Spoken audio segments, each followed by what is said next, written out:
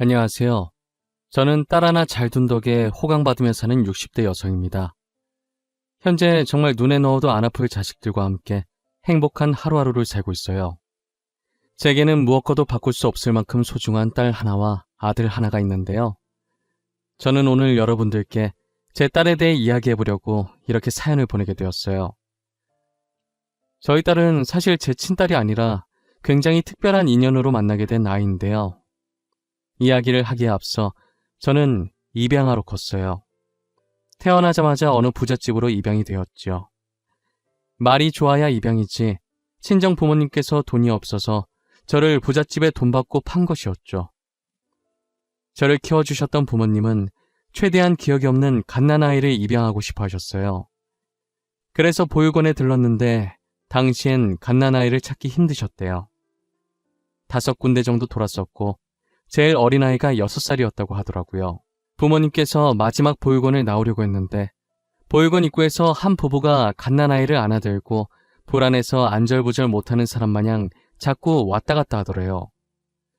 부모님이 나오면서 미심쩍은 눈으로 그 부부를 유심히 봤다고 하더라고요.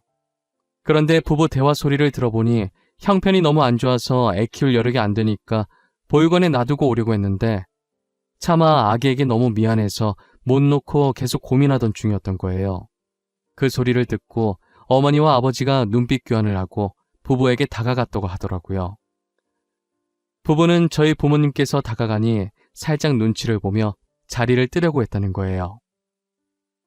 저기요, 저희가 들으려고 한 건 아닌데 가정 형편이 얼마나 어려우신 거예요? 저희는 불임이라 아이를 가질 수가 없어서 아이가 간절히 필요하거든요. 네? 아이요? 저희가 당장 밥 먹을 돈이 없어요. 지금 저희 옷차림을 보다시피 밥 먹을 돈이 없으니 당연히 아이 키울 돈도 없고요. 그 밥 저희가 해결해 드릴게요. 몇 년간은 풍족하게 드실 수 있으실 거예요. 대신 아이를 제게 입양시켜 주실 수 있으신가요? 저희는 정말 아이가 간절합니다. 부부는 저희 어머니의 말에 난처한 표정으로 잠시 동안 서로를 바라봤다더라고요. 하지만 현실은 당장 지금 먹을 돈도 없으니 결국 저희 부모님께 돈을 받고 저를 넘겨준 거죠. 딸을 갖고 싶어 했는데 갓난아이의 딸이기까지 하니 저희 부모님은 되게 좋아하셨어요. 저를 친딸처럼 불면 날아갈까 만지면 부서질까 정말 애지중지 키우셨어요.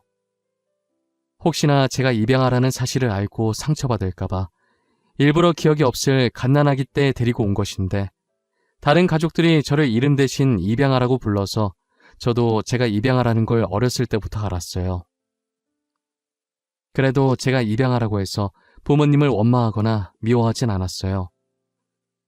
보통 입양하라는 사실을 알면 충격받아서 반항을 한다던데 왜 반항을 하나 이해가 안 갔어요. 친자식도 아닌 저를 이렇게 친딸처럼 잘 키워준 것만으로도 감사한걸요.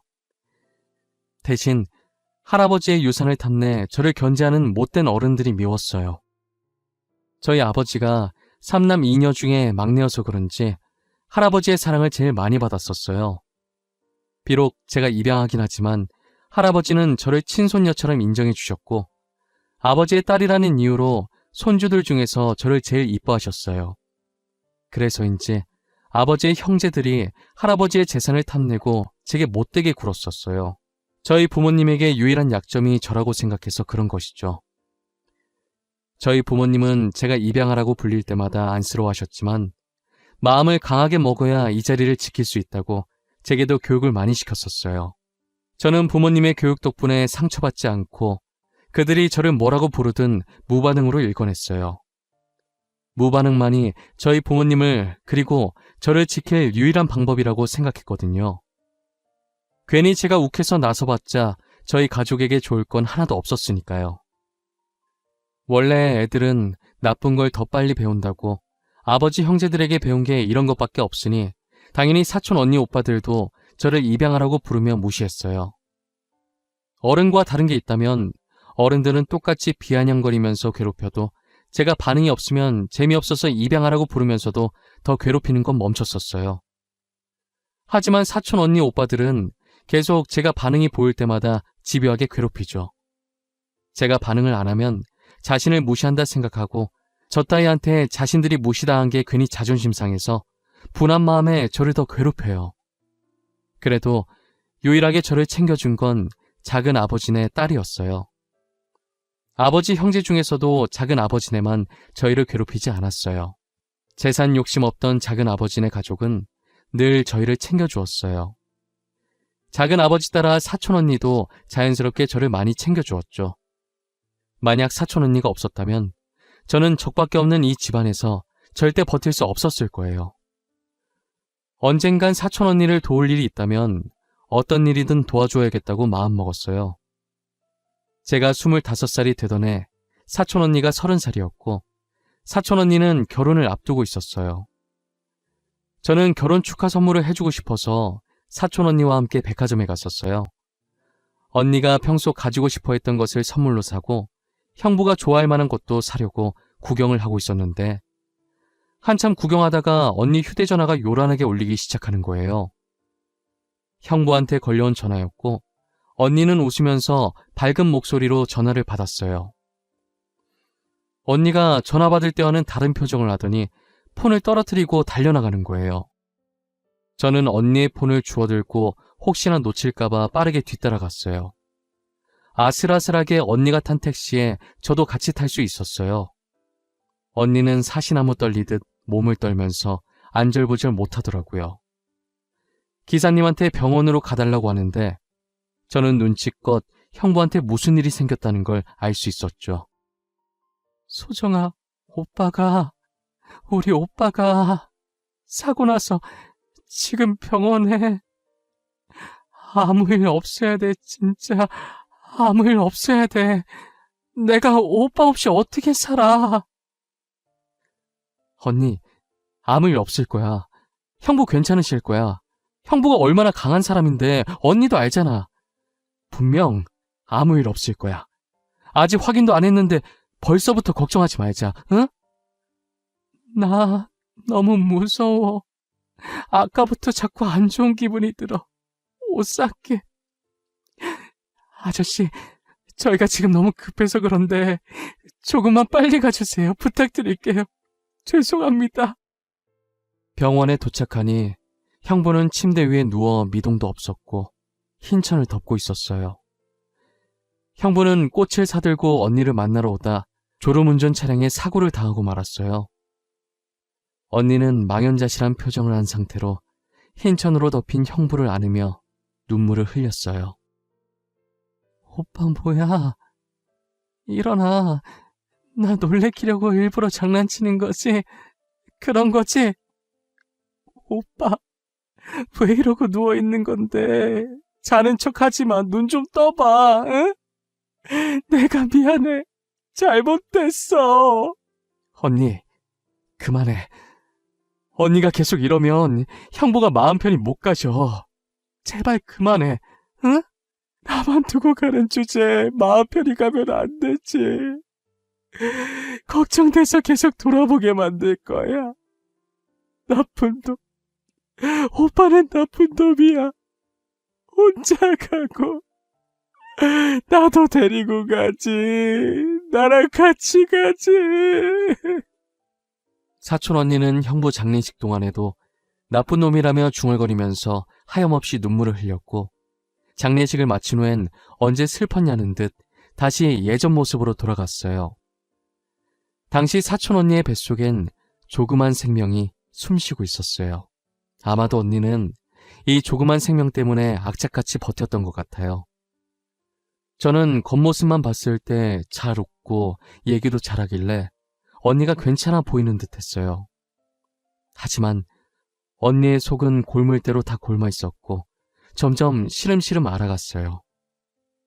결국 사촌 언니는 혼자서 마음의 병을 앓다가 세상을 떠나버렸어요. 엄마, 아빠 다 세상을 떠나버리고 혼자 남은 갓난아기 조카를 저마다 불쌍하다고 한마디씩 했죠.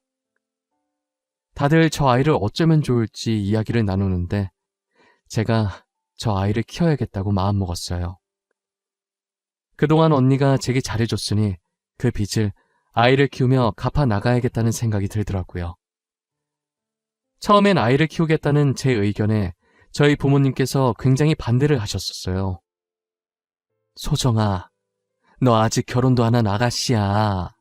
너가 이 아이 키우면 결혼은 어떻게 하려고 그래? 은혜 갚는 건 좋다 이거야. 그런데 어떤 남자가 애 있는 여자랑 결혼하고 싶어 하겠어? 그래, 그건 네 엄마 말이 맞다. 우리가 그동안 네 의견에 반대한 적 있었니? 하지만 이건 진짜 아니야. 소정아, 다시 한 번만 잘 생각해보자, 응? 더 생각해볼 것도 없어요. 저는 이미 마음 정했어요. 이 아이, 제가 키울래요. 저도 엄마 아빠 부탁 거절한 적 단 한 번도 없어요. 하지만 이번만큼은 저도 물러설 수가 없어요. 부모님은 결혼도 안 한 25살짜리 아가씨가 무슨 아이를 키우냐며 나중에 결혼은 어떻게 하려고 하냐면서 미래를 생각하려며 절대 아이를 못 키우게 하셨어요. 저는 무작정 아이를 데리고 집으로 돌아왔고 부모님도 아이를 보고 불쌍하다 여겼는지 결국은 제 의견을 따라 아이를 키우라고 허락을 해주셨어요. 당시 저는 부모님께 소개는 안 드렸었지만 결혼을 약속한 남자친구가 있었어요. 아이를 데리고 오겠다고 부모님께 말하기 전에 남자친구에게 먼저 말했었어요. 아무래도 결혼을 약속한 사이인데 이렇게 중요한 사안을 마음대로 정하는 건 아닌 것 같아서요. 남자친구는 제 이야기를 듣더니 제 사정을 다 이해하더라고요. 남자친구는 그렇다 치지만 문제는 남자친구의 부모님이었죠. 아무리 제 친딸이 아니지만 그래도 애 있는 며느리를 누가 좋아하시겠어요? 결혼 허락받으러 갔을 때 고민을 엄청 하다가 아이에 대해 이야기를 했어요. 평소 남자친구 부모님과 친했었지만 이 일은 친한 것과는 별개이잖아요. 그래서 어떤 반응을 보이실지 걱정했는데 남자친구 부모님도 딱한 사정을 듣더니 이해해 주시는 거예요. 남자친구 부모님은 정말 좋으신 분들이라 그분들을 보고 배운 남자친구도 좋은 사람이었어요. 결혼 후에도 조카를 친딸처럼 친손녀처럼 되게 잘 챙겨주시고 결혼 전에도 가끔 아이를 자신의 집에 데리고 오라고 하고 우스꽝스러운 표정도 지어주면서 아이랑 잘 놀아줬었어요. 남자친구도 남자친구 부모님도 너무 감사하게 저희 조카를 너무 이뻐해 주었어요. 좋은 분들 덕분에 저희의 결혼은 문제없이 진행을 하게 되었어요.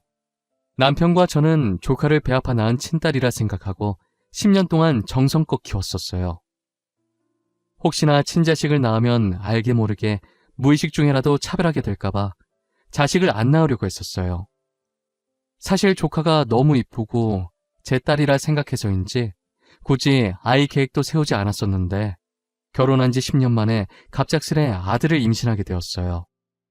그리고 비록 늦게 아들을 낳았어도 이쁜 조카와 항상 차별 없이 동등하게 똑같이 키웠어요. 조카는 단 한 번도 반항을 하지 않았고 한 번씩 겪는 사춘기도 없었어요. 일찍부터 철이 들어서 저희 말도 잘 듣고 나이차 많이 나는 아들과도 잘 지냈어요. 아무래도 저희 부부가 맞벌이다 보니 저희 아들은 거의 조카가 키웠다고 보면 될 정도예요. 조카가 아들을 엄청 이뻐해주고 조카가 큰 누나 노릇 톡톡히 해주더군요. 공부에는 전혀 관심 없었던 조카가 중학생이 되고부터는 누가 시키지도 않았는데 스스로 공부를 열심히 하더라고요. 고등학생 때는 진짜 자는 시간 제외하고 밤낮 할 것 없이 모든 시간을 책상 앞에만 붙어 있었고 코피를 흘려도 대충 코에 휴지 넣어놓고 공부를 했어요. 정말 독하다 싶을 정도였죠. 그렇게 15년 동안 악착같이 공부하더니 심리학과 의사가 되더라고요. 의사 가운을 입은 조카의 모습을 보니 너무 뿌듯했고 잘 자라줘서 고마웠고 언젠간 떳떳하게 언니를 다시 만날 수 있겠다는 생각을 했어요. 언니 딸, 내가 이렇게 멋있게 키웠다며 의사 만들어놨다면서요. 저는 조카 다 키웠으니 드디어 고생이 끝났다는 생각이 들었어요. 하지만 말썽 안 피우는 조카 대신 아들이 조카 목까지 반항도 크게 하고 제 속을 많이 썩였었어요. 이제 막 고등학생이 된 아들은 대체 어디서 구한 건지 가방 안에서 담배꽉이 나오더라고요. 저희 집엔 담배 피는 사람이 한 명도 없었거든요. 저희 부모님도 안 피시고 남편, 저, 그리고 딸까지 전부 비흡연자예요.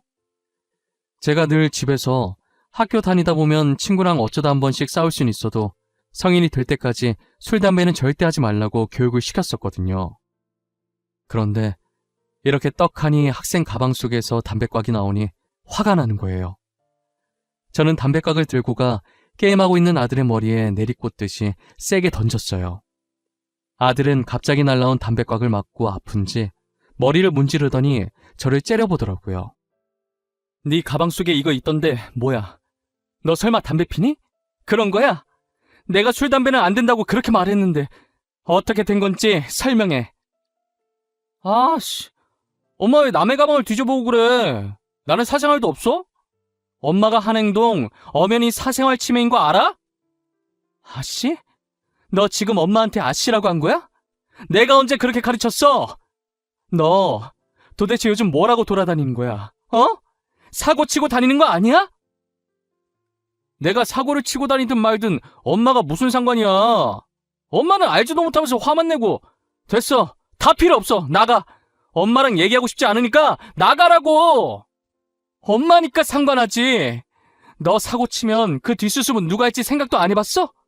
그리고 내가 뭘 모르는데. 야, 이지혁. 내가 뭘 모르느냐고. 너 담배 어디서 났는지 말 안 해? 아들은 저를 노려보며 소리 지르더니 방문을 닫아버렸어요. 저는 답답한 마음에 문을 두드리며 제가 뭘 모르고 있는지 물어봐도 답을 하지 않았죠. 조카 키울 때 이렇게까지 힘들지 않았는데 아들 녀석 키우는 건 왜 이렇게 힘든지 모르겠어요. 머리가 커질수록 자기 하고 싶은 대로만 하려고 그러고 저와는 대화를 하지 않으려고 했어요.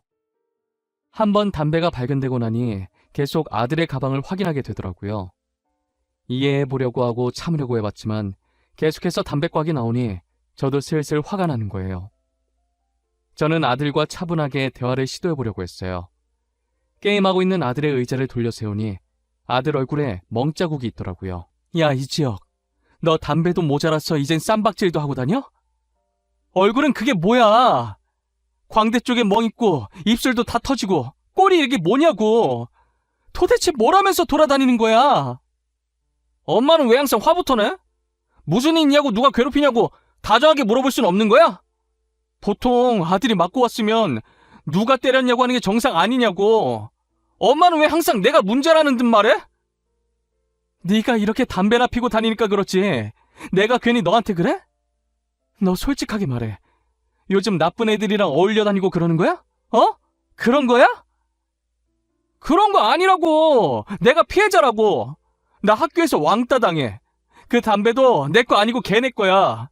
걔네가 들고 있다가 부모님이나 선생님한테 들키면 안 된다고 맨날 내 가방에 숨긴단 말이야. 여지껏 꾹 닫고 있던 아들의 입에서 나온 말들은 다소 충격적이었어요. 가방에 담배꽉이 나오고 얼굴에 멍투성이일 때 질 나쁜 아이들과 어울려 놀기 시작한 줄만 알았는데 오히려 저희 아들이 왕따를 당한 피해자였어요.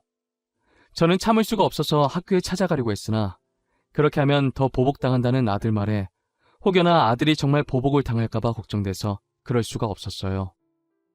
마땅히 말할 곳이 없어서 조카에게 이 사실을 털어놓았어요.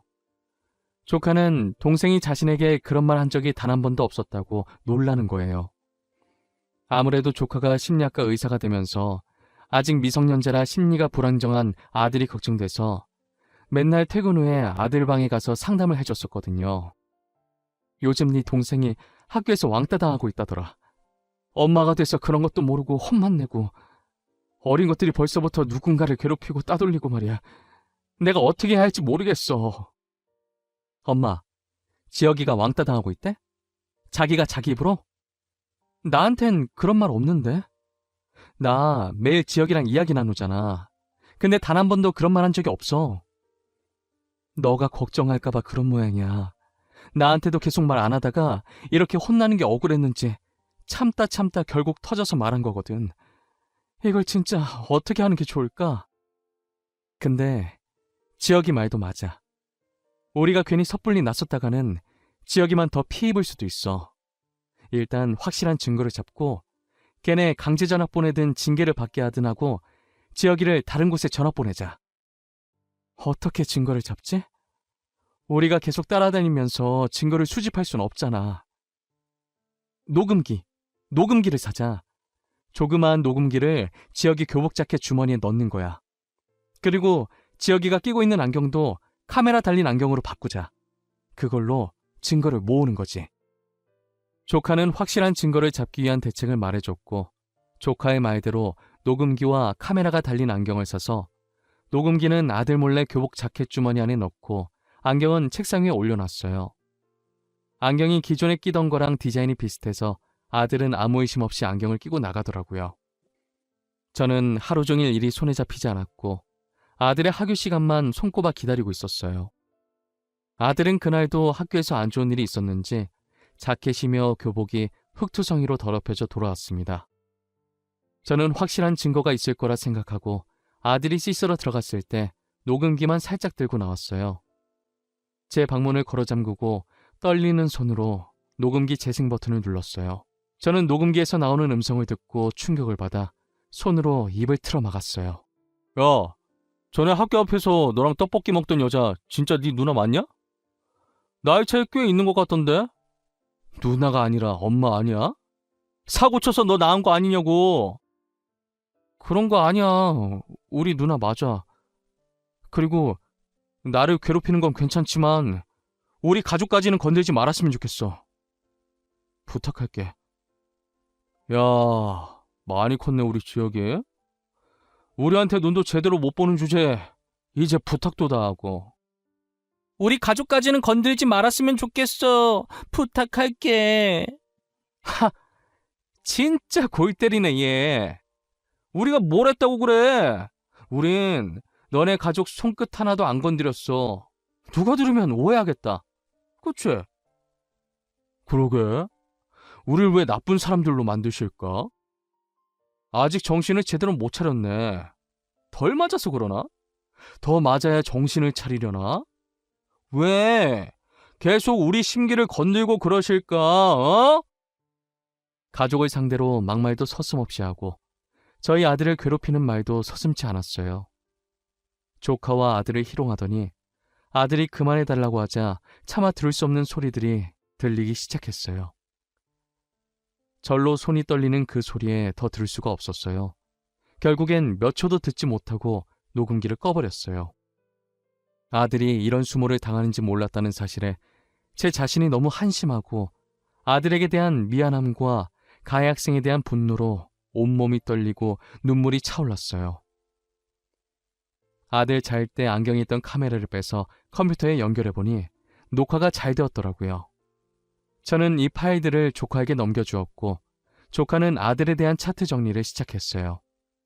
아들이 왕따 당한 걸 전부 차트에 다 적어두었죠.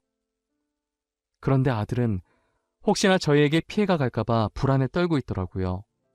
아들 말에 의하면 가해 학생들의 집안이 되게 잘 사는 집안인 거예요.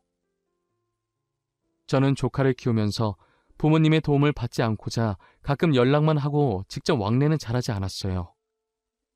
저희 아들을 위해서 정말 오랜만에 부모님에게 연락해서 도움을 요청했어요.